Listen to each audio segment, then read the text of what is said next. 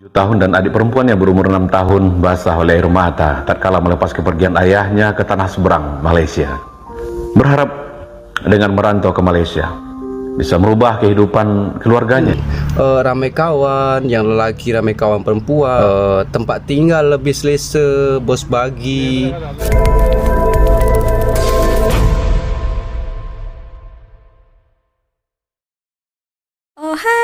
Halo, hai teman-teman, apa kabar kalian? Jumpa lagi di channel Misari.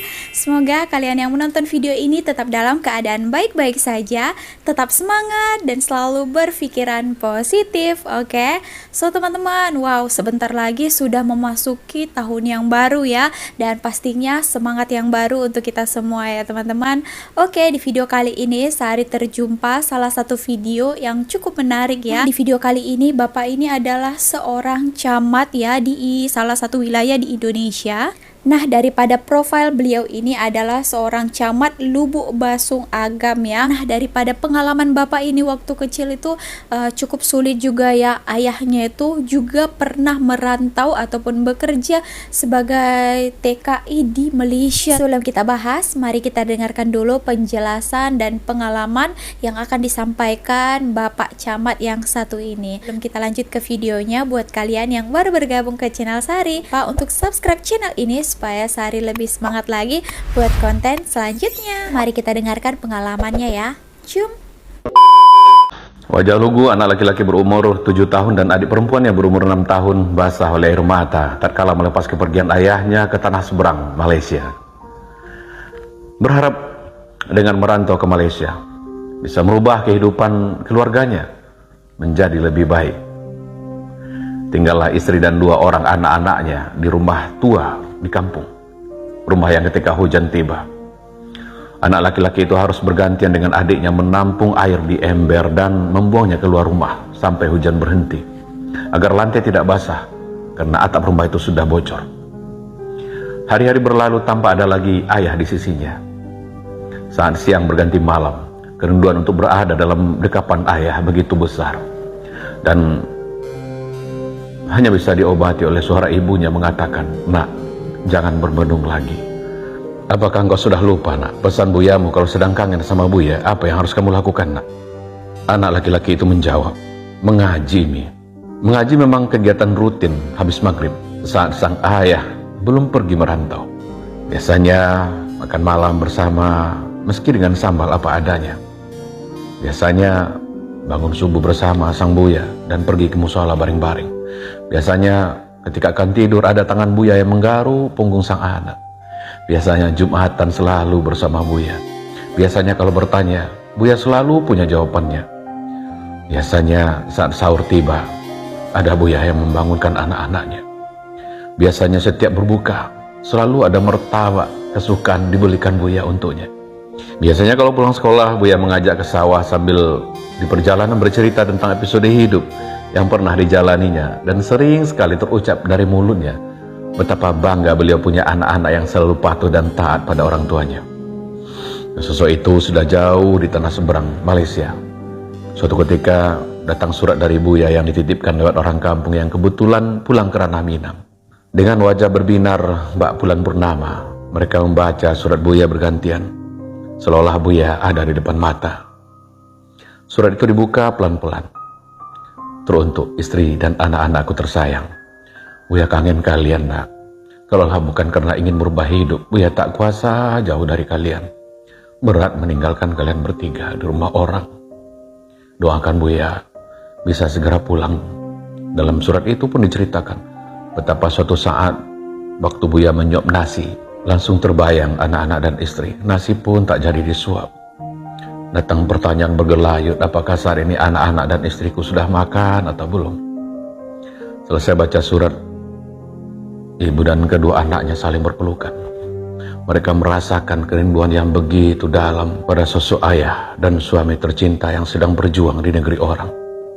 Sembari ibunya berbisik, "Buya, kalian akan segera pulang, nak, berbahagialah." Maka salah satu indikator ayah idola adalah manakala anak-anak kita dengan senangnya bercerita pada orang lain betapa bangganya mereka punya ayah seperti kita. Dan anak kecil itu ada di depan Anda hari ini, kawan-kawan. Semoga kisah ini menginspirasi Assalamualaikum warahmatullahi wabarakatuh. Sangat menginspirasi sekali ya cerita daripada Bapak Camat yang satu ini ya teman-teman. Ini adalah cerita pengalaman Bapak ini sendiri ya. Buya itu adalah orang tua lelakinya ya, yang datang merantau ke Malaysia, ke negeri seberang tadi katanya, untuk mau mengubah nasib. Sedangkan Bapak ini adiknya dan juga mama dia itu tinggal di kampung ya, di Indonesia. Bapaknya itu jauh merantau untuk mau mengubah hidup menjadi lebih baik lagi ya. Nah, ini memang banyak sekali ya terjadi ya. Ramai orang yang datang ke Malaysia ini mau tujuannya itu mau mengubah nasib lebih baik, disebabkan di kampung itu kan susah mendapatkan penghasilan yang cukup lumayan, susah cari kerja, penghasilan juga tidak seberapa, untuk setakat makan saja mungkin boleh lah kan. Tapi kan kita ini di dunia ini kan menginginkan yang lebih kan, mau menyekolahkan anak kita lebih tinggi lagi, mau kumpul uang, mau buka usaha, beli rumah dan lain-lainnya kan. Orang tua Bapak Camat ini tadi tuh memutuskan datang ke Malaysia ya. Tapi menurut yang di komentar, orang tua dari Papa ini itu Buya tadi katanya itu sudah meninggal ya teman-teman. Itulah ya, anak sekarang boleh berhasil ya, walaupun susah-susah payah orang tua ya datang sampai ke Malaysia untuk bekerja, meninggalkan anaknya, bininya di kampung. Teman sekarang mendapatkan hasilnya. Wow, anaknya itu sekarang sukses menjadi seorang camat. Wow. Tentu kalau orang tuanya itu masih hidup ya, mesti sangat-sangat bangga ya, pengorbanannya jauh-jauh datang ke Malaysia bekerja ya. Sekarang anaknya sudah sukses menjadi seorang camat ya. Wow. Nah, banyak sekali ya kelebihan orang yang datang ke Malaysia ini kalau kerjanya tuh baik-baik dan rajin. Teman-teman, satu video lagi yang akan kita reaksikan. Kalau di Malaysia ini kebanyakannya kalau pekerja Indonesia itu di bagian perkilangan, ada ladang, ada kedai kan, ada kontrak lagi ya teman-teman. Ada mana lagi, kalian boleh tambahkan di komen ya. Oke, kali ini Sari terjumpa salah satu video ini di bidang kilang ya teman-teman, di bagian kilang. Oke, abang ini akan mengasih tahu kelebihannya kerja di Malaysia, tapi ini di bagian kilangnya ya. Dia abang ini mengatakan terima kasih Malaysia ya, karena memberikan kemudahan-kemudahan ini kepada pekerja Indonesia ya. Oke teman-teman, kira-kira apa itu? Kita tengok video yang ini ya. Cium. Hai bos semua, jumpa lagi. Selamat petang, selamat sejahtera. Seperti biasa, bawang ditumis, sayurnya kangkung. Anda yang manis, so assalamualaikum.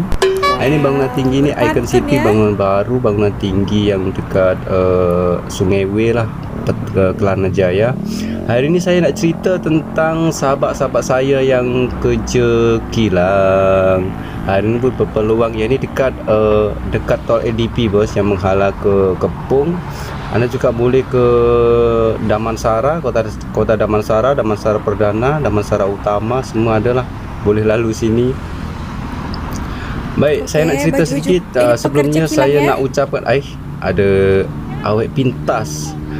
Alamak, dia bawa telefon pun macam tu. Nanti kalau kita ingatkan, dia rasa kita ni menggoda ke apa ya, tak bawa telefon. Tengok nanti kalau hilang menangis saya tu. Baik, selalu saya nak ucapkan terima kasih kepada anda yang dah support. Terima kasih dah klik video ini. Jangan lupa untuk subscribe ya. Video YouTube Abang Jaka Medok ya. Diberikan rezeki yang baik, semua urusan kita dipermudah dan juga diberkati. Amin. Baik bos semua, saya nak cerita tentang sahabat-sahabat kami yang kerja kilang. Apa yang best kerja kilang, kenapa ramai orang Indonesia yang memilih untuk kerja dekat kilang. Itu flat bintang. Nanti kita akan lalu sana, dan juga yang sebelah kiri tu depan kita ada Jejantas yang pada masa dahulu boleh dikatakanlah Jejantas yang paling busy, yang paling ramai dilalui. Sebab dulu ada anak-anak yang kerja dekat Western Digital. Tapi sekarang kilang Western Digital tu dah tutup. Mungkin anda tahu, anda pernah ada awet atau anda yang pernah bekerja dekat kilang Western Digital tu, sila komen.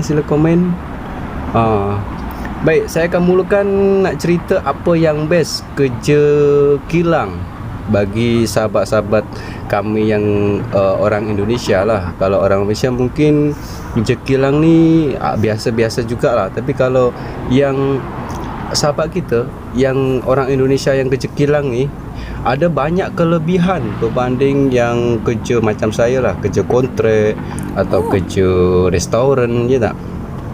Baik, yang pertama sekali yang boleh kita tengok sambil kita naik je cantas ni bos.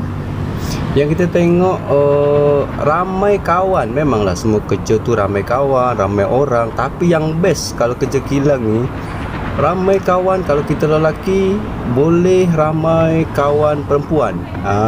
Kerja kilang ni memang campur-campur lah. Ada lelaki, ada perempuan. Kalau kerja kontrak macam saya ni selalunya kawan lelaki. Lelaki ya, biasanya. Ramai lelaki, tak adalah yang perempuan. Kalau perempuan pun ada jugalah, mungkin dah berpunya. Tapi kalau yang kerja kilang ni memang ramai kawan.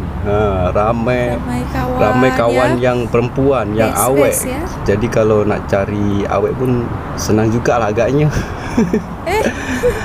Baik, selain ramai kawan, ramai cewek, syok sikit je tak? Ada penyemangat.